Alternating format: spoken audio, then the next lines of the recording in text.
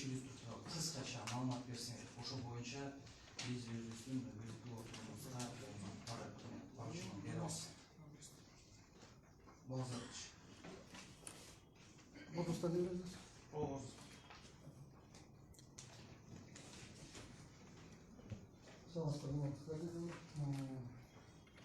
Атайын бизде жазайбыз.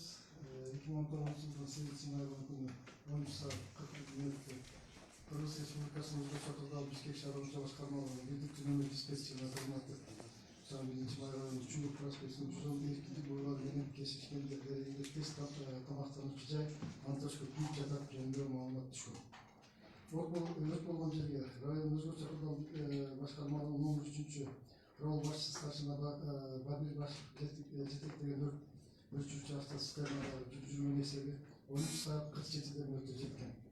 Рол башчысы старшина Бабир өрт болгон жерде тез тамактануучу жай Антошко күйүп жаткандыгын билдирип, бирдиктүү нөмүр диспетчер кызматынан байланыш түнүнө билдирип, жардамчыга чакырган. 13 саат 49 мүнөттө башкармалыктын ыкчам нөмүр бөлүмү өртөөчүнүн өзүнө кабыл алган. Өрт болгон жерде Свердлов району Өзгөчө Чакырдагы номер 3 жүргөн эсеби иштей башташкан.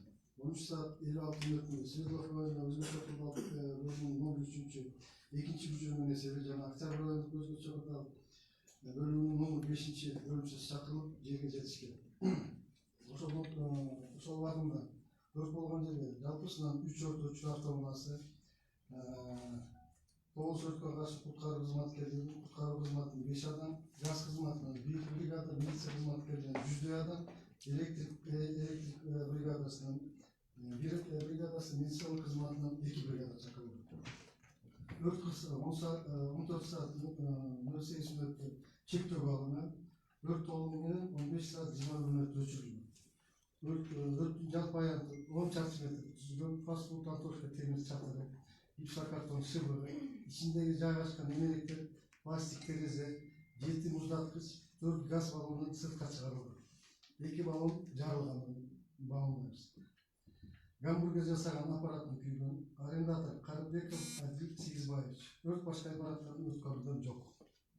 Маалымат боюнча, азыркы бизге берилген маалыматтар боюнча, расмий тилде жабыркаган адамдар боюнча айта кетейин. 4-чү больницада Бакиев Бекжан 30% денеси күйүп кеткен. Абдыжапарова Бурул 25% денеси күйүп кеткен. Деличенко Илья 12% денеси күйгөн. Жаныбек кызы 3% күйгөн. Байызбек кызы Акжолтой 5%ке чейин денеси күйгөн. Тажибаев Канат 5%, Уланбек уулу Самат 5%, Этибеков Бекболот 2%, Абдикеримов Алмаз 5%ке чейин, Кудайбердиев Бобурбек 2% күйгөн. Андан тышкары детский больницага Узакова Аэлита диагноз отравление угарным газом болуп жеткизилген. Узаков Айтигин 2019 жылкы отравление угарным газом. Андан кийин Узакова Элмырза, Узакова Айжан, булардын баары бир семья экен, булар кайрылып, бирок дарыканага жаткырылган эмес. Андан тышкары скорый помощька кайрылгандардан Ихражаева Розана, Абзок левой руки, Сияева Дамира кулактары анан кол күйгөн. Нурмамбетова Айзада кол менен кулактары күйүп кеткен. Булар ошол жерден тез жардам көрсөтүп, бирок больницага жаткызылганбыз. Азыркы учурда 4-чү больницада Морике Бакиева Бекжан, анан Абдыжапарова Бурул больницада турушат, реанимацияда бар. Оралда калып. Маалымат полковникибиз. Рахмат.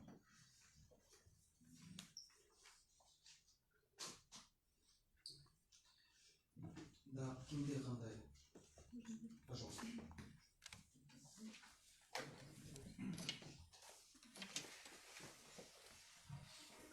Относительно учащихся 88-й школы, нашли 5 класс, 4 класс, классные руководители провели работу, выехали в больницу, связь держат, дети 12 числа выйдут в школу. Состояние выписаны из больницы, получили первую помощь, травили угарным газом.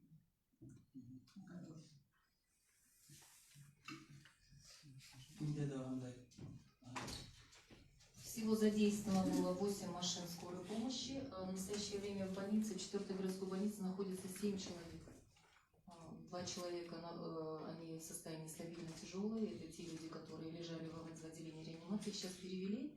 И кроме этого находится еще 5 человек. 1 человек в отделении токсикологии, и остальные находятся в ожоговом отделении. Всего 7 человек находятся в 4-й городской больнице в настоящее время. Спасибо.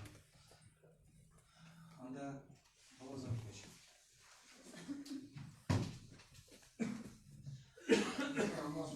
Уважаемые коллеги, у меня есть несколько предложений. Нам необходимо в срочном порядке через муниципальную администрацию МТУ, Зеленхоз, УЗС, Бишкекское троллейбусное управление провести полную инвентаризацию состояния деревьев, состояние опор уличного освещения, состояние опор контактных линий, состояние рекламных инструкций конструкций малых и архитектурных форм. По результатам провести работу по сносу аварийных деревьев, рекламных конструкций, ремонту, замене аварийных опор уличного освещения и контактных линий, обеспечить их безопасной эксплуатацией. Уважаемые коллеги, последние дни по соцсетям идет некоторые информации. Мы, как команда в мире, заявляли горожанам, что будем работать чисто, прозрачно и четко. Поэтому я обращаюсь ко всем, мы должны продолжить эту работу. Сегодня политика страны такая, что ни одного руководителя муниципального служащего, допускающего нарушение закона, невозможно прикрыть от закона, от прокуратуры, от ККМВ. Я еще раз призываю всех приложить максимум усилий к прозрачной, четкой работе на благо народа и горожан. Ендики бірінші күнгі чоңғышқа чейін біз УЗР менен башка службалар менен ушул боло турган иш-чаралардын план программасын түзүп туруп сунуш кылабыз. Ошону бекитип берсеңер тез аранын ичинде ушул иштерди жасашыбыз керек.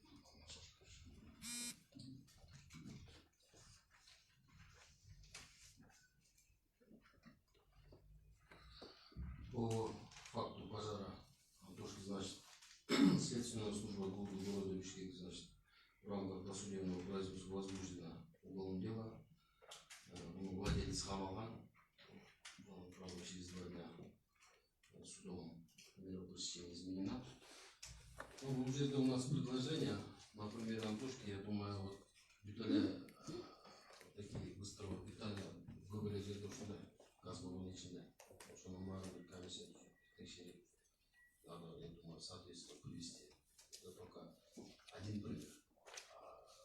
Даже Ангелия владельца, Ангелия точку сушнели, Ангелия точку сушнели. Также постоянно сюда где-то газ покупали. Вокруг Бишкек вывели, сунуш хватает.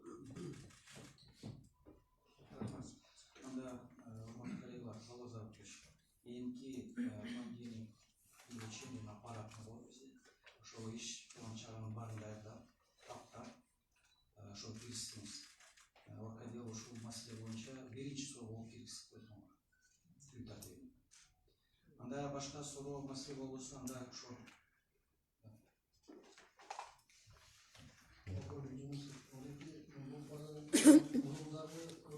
Частный детский сад понятно, за мораториялар текшерілді. Ошону мыйзамдаштырып, ошол частный детский садтарды да бир сыйрак текшериш керек болуп атат. Ошону кошуш керек. 83 баланы тапышкан жүрүшкөн да. Азыркы ситуация ошо детский частный детский садтар боюнча аябай куш турат да. Еске алышыбыз керек. Bizde өткөндө шаардык кеңештин комиссиясы тарабынан бизге иш-чара тапшырма берилген, билесиз. Шаарда жеке жана мамлекеттик мектептерди өртөчүлүүчү коопсуздук тарабынан текшерип чыккан. Ушул жерден бир сунуш бар да, ошого жеке менчик мектептер менен жеке менчик бала бакчаларда киргизип койсок, себеби баарыбыздын балдарыбыз окуп атат. Ушул протоколдук негиздеме ошол бардык Бишкек шаарындагы менчик курамына карабай туруп эле бардык бала бакчаларды, бардык мектептерди өртөзүүчү коопсуздугуна карата баарын бир сыйра текшерип чыксак, ошондо биз сунуш кылалы, анан сизге айталы. Рахмат, мен да айтып кетем, Государственное управление жана билим берүү башкармалары. Биз бюджетте өткөн жылы 30 жылга толугу менен противопожарный безопасностька каражат караганбыз. Бирок жылдын ичинде дагы бир маселе чыгып атат да, бир школдо жетишсиз деп. Ошондуктан да бир белгилеп кетели, 20-жы жылдын бюджетине толугу менен каражаттар баары каралсын. Дошкольный жана баары образовательный учреждениялар. Саламатсыздарбы, урматтуу коллегиянын мүчөлөрү, катышуучулары. Бул азырлык жол берет экенби, мыйзам жол берет экенби текшерүү боюнча Ошону биз карап, жеке бала бакчаларды, мыйзамдык чагында карап берели. Ошону чогуу үй отдел менен карап, ошого бир эмеге баралы. Себеби коомдук коопсуздук бул жерден кызыкчылыгы чыгып атат. Ошон үчүн сизге биз айтабыз ошону. Мне бы хотелось услышать, что говорит по этому поводу госэкотехинспекция. Они же всегда здесь присутствуют. Потому что технический надзор за технической безопасностью возлагается не на МЧС, не на мэрию, а именно на госэкотехинспекцию. И мне непонятно, почему на владельца возбуждают уголовное дело, а по факту халатности сотрудников госэкотехинспекции, которые допустили это правонарушение, почему-то ничего нет. Потому что здесь именно виновата госэкотехинспекция. В рамках уголовного дела именно ответственных лиц, должностных лиц всем дадим оценку по итогам расследования. Да, я с вами тоже согласен, мы сейчас как раз последствия рассматриваем. А превентивные меры, которые, они должны были быть отработаны. Поэтому сегодня, я так думаю, все вопросы мы сейчас именно по этому инциденту разобрали. В понедельник я попрошу еще раз, да, очень досконально, комплексно рассмотреть все меры, все мероприятия, и в том числе касающиеся бюджета тоже, чтобы все наши школы, дошкольные учреждения, социальные учреждения все были обеспечены противопожарной безопасностью.